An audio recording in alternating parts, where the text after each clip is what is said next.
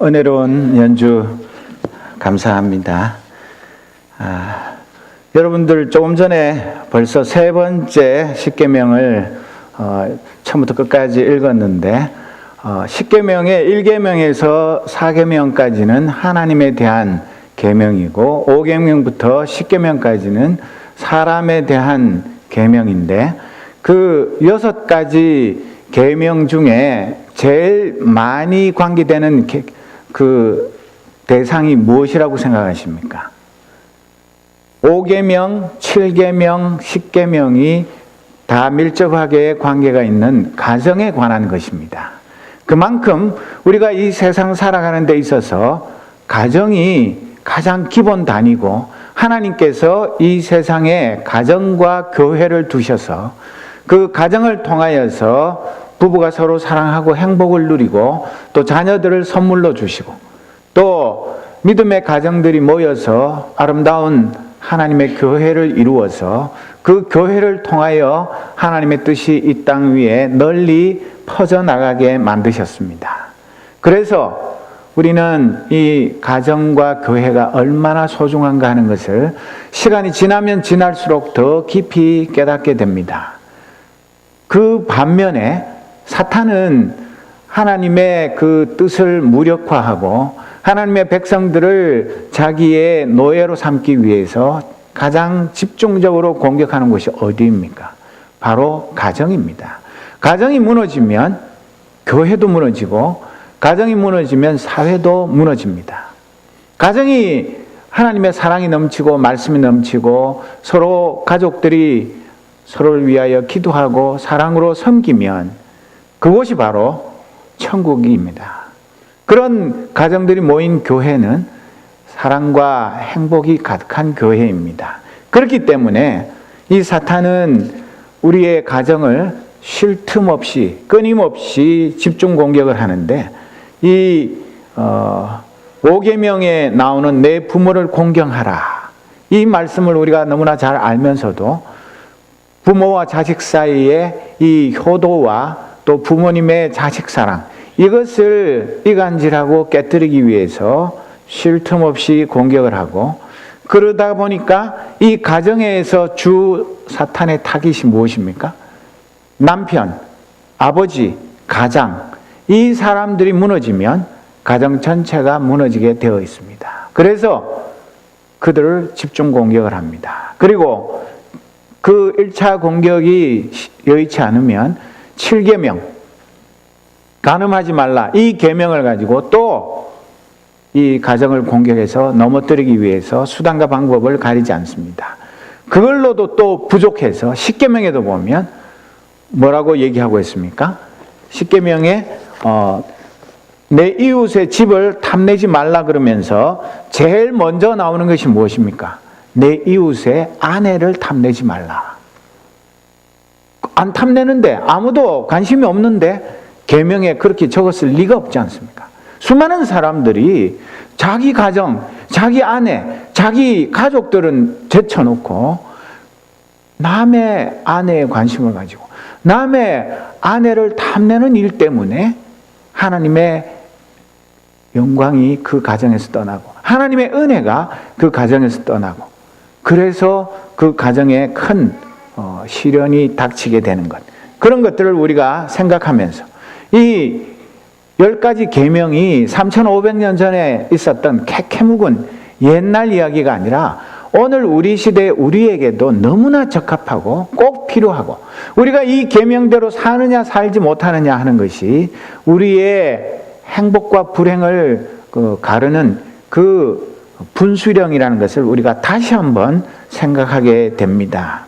그래서 이 웨스트민스터 대교리문답 122문답에 보면 사람에 대한 우리의 의무를 포함하는 나머지 6가지 계명의 대강령은 무엇인가? 거기에 대해서 답은 사람에 대한 우리의 의무를 포함하는 나머지 6가지 계명의 대강령은 우리 이웃을 내 몸같이 사랑하며 남에게 대접을 받고자 하는 대로 우리도 남을 대접하는 것이다. 이것이 이 5계명부터 10계명까지 모든 계명을 요약하면 그렇게 된다는 말씀입니다. 그리고 그 중에서 제일 첫 번째 나오는 제5계명은 우리가 잘 아는 대로 내 부모를 공경하라. 그리하면 너의 하나님 나 여호와가 내게 준 땅에서 내 생명이 길리라. 그렇게 말씀하셨습니다. 그런데 자식이 부모 공경 안 하는 사람 요새는 제법 많습니다. 그죠? 그런 사람들을 자식이 부모를 공경하지 않고 내팽개친 사람들을 뭐라고 부릅니까? 뭐라고 부르죠? 폐류나 불효자식. 아주 좀 더 속된 말로 하면 호로자식이라고 하죠. 호로가 뭡니까? 오랑캐의 포로가 된 그런 아주 끔찍한 그런 얘기를 하는데, 그만큼 자식이 부모를 공경하는 것은 일륜지 대사인데 그 자식이 부모를 공경하는 것이 당연한 것 같지만 당연하지 않은 시대에 우리가 살고 있습니다. 저도 우리 장모님은 자주 우리 집에 오셔서 모시고 살지만 우리 아버지 어머니는 경북 포항에 계셔서 지금 몇 년째 인사도 못 드리고 그렇게 살아가는 불효자입니다. 그냥 전화만 열심히 하고 그렇게 지내는데, 여기 제5계명에 나오는 부모라는 것은 생물학적인 그런 우리 그 인륜의 내 육신의 아버지 어머니 그분들은 당연히 포함되는 것이고 그 범위가 훨씬 더 넓습니다. 그래서 대교리문답 제124문답에 보면 제5계명에 있는 부모는 누구를 뜻하는가? 제5계명에 있는 부모는 혈육의 부모뿐 아니라 연령과 은사에 있어서 모든 윗사람과 특히 하나님의 규례에 의하여 가정, 교회, 국가를 막론하고 우리 위에 권위의 자리에 있는 자들을 뜻한다. 그런데 이런 너무나 당연한 성경의 가르침을 교회에서조차 제대로 가르치지 않습니다. 그러니까 내 부모도 제대로 공경 못하고, 그러다 보니 뭐 여기에 나오는 혈육의 부모 말고 연령과 은사에 있어서 모든 윗사람, 특히 하나님의 규례에 의해서 가정, 교회, 국가를 막론하고 우리 위에 권위의 자리에 있는 자들이 다 내 부모입니다. 여러분 지금까지 그렇게 생각하고 사셨습니까? 정말 그렇게 인정하십니까? 성경에 딱 이렇게 어느 구절에 못 박아서 정해놓은 것은 없지만 성경 전체의 가르침이 이렇게 되어 있습니다. 그러니까 우리 부모님만 섬기는 것도 힘들지만 사실은 뒤에 앉아 계신 연로하신 어르신들이 다 우리의 부모님이십니다. 그냥 어른이니까 체면치레로 오셨습니까? 거칠에 인사를 하는 것이 아니라 내 친부모님 섬기듯이 정성을 다해서 진심으로 사랑으로 섬겨야 할 의무가 우리 모두에게 있는 것입니다.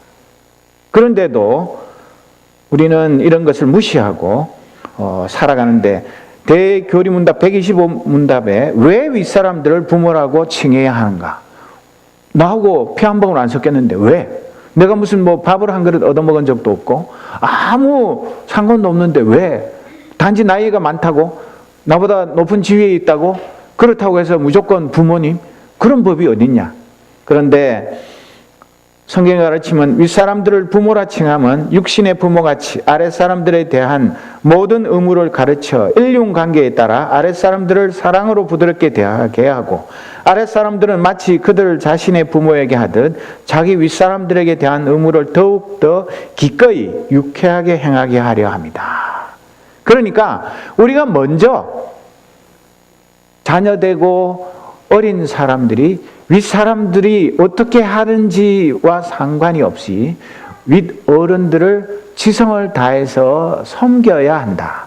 그것이 하나님의 뜻이라고 말하고 있는 것입니다. 그래서 이 제5계명의 범위는 상당히 넓습니다. 집안에서 부모 공경하고 부모님 자식 사랑하고 그것만이 아니라 제5계명의 일반적인 범위는 아랫사람, 윗사람 혹은 동등자들로서의 상호관계에 있어서 우리가 서로 지고 있는 의무를 행하는 것이다. 그러니까 정말 우리의 이 가정, 가족, 우리의 윗사람과 아랫사람의 이 범위가 굉장히 넓다는 것을 우리가 잘 알 수 있습니다. 저는 지금도 경남 거창 가조, 거기가 우리 아버님 고향인데 거기는 집성촌입니다. 그 풍기 진가들 동네인데 가면 다 친척입니다. 잘 모르는 분도 많습니다. 그런데 무조건 어른 보면 무조건 인사합니다. 그러면 누구네 집에 장남 왔나? 그렇게 지금도 가면 얘기하고, 지금은 그 백부님이 돌아가셨는데 그 백부님 한학자시고 불행스럽게도 예수를 안 믿고 돌아가셨는데 그분이 그 동네 제일 어른이라서 기침만 한번 하면 온 동네가 조용합니다. 그게 우리 한국 전통 사회의 모습이었거든요. 뭐 말할 필요가 없어요. 왜 시끄럽냐, 왜 떠드냐, 왜 이렇게 동네가 요란하냐, 그런 얘기 한마디 안 하고 기침만 한번 딱 하면 그냥 모든 게 다 평정이 됐었습니다. 거기에 만약에 반항을 했다가는 그거는 정말 동네매에 맞아서 죽을 일입니다. 그런데 날이 갈수록 그런 관계는 사라지고 이제는 이 한국 사회에, 한국 교회에, 한국 가정에 어른이 없고 부모가 없고 윗사람이 없는 막 가는 세상이 되어가지고 조그마한 아이들도 선생님, 어른, 누구 존경하지 않습니다. 양보하지 않습니다. 당연히 어른을 섬기려고 하는 그런 기본적인 자세가 되어 있지 않습니다. 그러다 보니까 사회가 너무 삭막하고 메마르고 나이 많은 어른들, 자녀들이 제대로 부양하지 않으면 그 파고당원 그런 데 가가지고 하루 종일 아침에 갔다가 저녁 때까지 빙글빙글 돌다가 그 묵가지 신문 그거 보다가 장기 훈수 뜨다가 싸움이나 하고 그런 식으로 소일하는 우리 한국의 어르신들이 너무나 많습니다. 차라리 시골에 살면 경로당에 가서 화투나 치고 담배 심부름을 하는 한이 있어도 그래도 이 가족 관계, 이 동네에서 어른과 이 선후배 이런 것이 있는데 도시에 살다 보면 바로 옆집에 사람이 죽어도 모르는 그런 시대에 우리가 살고 있기 때문에 이런 효도에 대해서 얘기한다는 것이 참 어떻게 보면 한가한 이야기처럼 들리기 쉽습니다. 그러나 우리는 이 제5계명이 얼마나 중요하고 소중하고 이 계명을 지키는 자에게 하나님이 약속하신 그 약속이 이 10가지 계명 중에 이 5계명에 붙어 있는 것을 우리는 다시 한번 명심해야 합니다.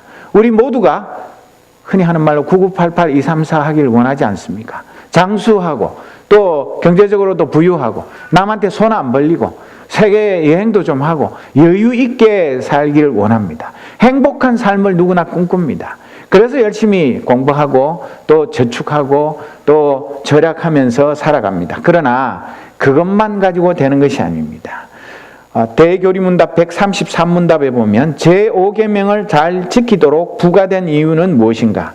너의 하나님 나 여호와가 내게 준 땅에서 내 생명이 길리라는 말씀이 제5계명에 부과된 이유는 하나님의 영광과 그들 자신의 선을 이룰 수 있는 데 있어서 이 계명을 지키는 모든 사람들에게 주시려는 장수와 번영의 분명한 약속이다. 그렇게 성경에 기록되어 있습니다. 그러니까 우리가 장수하고 싶고 또 이 세상에서 번영을 누리고 싶으면 물론 다른 것도 갖춰야 되지만 하나님의 약속이 있는 이 5계명을 잘 지키면 하나님은 사람들처럼 분위기 봐가면서 상황 봐가면서 그렇게 변덕을 부리는 분이 아니라 언제나 변함없이 이 약속에 신실하신 분이십니다. 그렇기 때문에 우리가 이 5계명은 당연히 지켜야 함에도 불구하고 여기에는 엄청난 상급이 약속되어 있습니다. 여러분 한번 해보십시오. 내가 부모님, 우리 육신의 부모님 물론이고 오늘 이 대교리문답이 가르치는 각계의 어르신들, 윗사람, 그 사람들을 지성으로 잘 섬겨보십시오. 하나님이 이 약속대로 복을 주시는지 안 주시는지. 만약에 안 주시면 저한테 와서 항의하십시오. 저는 그러면 하나님께 항의하겠습니다. 왜 약속 안 지키십니까, 하나님?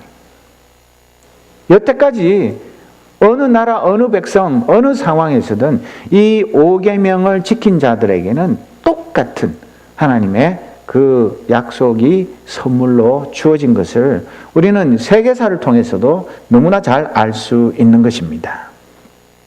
그런데 자, 이 제5계명에 있어서 부모님을 공경한다 말하는데, 이 공경이라는 말이 무엇입니까? 여러분, 요즘 젊은 세대들 공경 한자로 쓸 수 있습니까? 잘 모르죠. 그냥 막 공경 그러면 대충 뭐 효도라는 말인가 보다, 그렇게 생각하면 맞습니다. 그런데 이 공경이라는 말은 히브리어로는 카베드라는 단어인데, 무겁게 여기다, to be heavy, weighty와 burdensome, 그런 식으로 영어로는 번역을 하는데, 이 이야기는 부모님을 공경한다는 것은 부모님을 무겁게, 중하게 여긴다, 그런 뜻입니다. 부모님이나 나나 뭐 화나면 뭐 부모님이 뭐고 없는 그런 관계가 아니라, 하나님께서 우리 부모님은 마땅히 자녀들이 공경한다는 것, 아주 소중하게, 귀중하게 여기라고 말씀하는 것인데, 강영한 교수는 이 공경한다는 말을 첫째, 부모님의 가르침에 순종하고 따르는 것, 둘째, 부모가 나이 드셨을 때 부모를 부양하고 보살피는 것, 셋째, 부모가 심리적 고독감에 갇히지 않도록 함께 삶을 나누는 것, 아주 쉽게 세 가지로 요약해서 설명하고 있습니다. 정말 우리가 이렇게 살고 있습니까? 부모님을 공경한다고 말하면서 부모님의 가르침에 순종하고 잘 따릅니까? 또 나이 드셨을 때 당연히 내가 어렵더라도, 내가 힘이 들더라도 부모님을 정성을 다해서 부양하고 보살피는 그런 삶을 살고 있습니까? 그리고 부모님이 홀로 외롭지 않게, 이 자식이 죽었는지 살았는지 전화도 한 통 안 오고, 도대체 전화 안 한 지가 언젠지도 모르겠고, 자기가 급하면 한밤중에도 전화해가지고 사는 사람 깨우고, 그런 식으로 살아가는 것은 부모님을 공경하는 것이 아닙니다. 그렇기 때문에 이 부모님을 공경하라는 말을 우리가 다시 한번 곰곰이 되새겨보면서, 내가 지금까지 정성을 다해서 지성으로 이 부모님을 공경하지 못한 것은 이 시간 깊이 회개해야 합니다. 그런데 성경은 무조건 부모에게 순종하라고 가르치지는 않습니다. 우리가 잘 아는 대로 에베소서 6장 1절에 주 안에서 순종하라고 말합니다.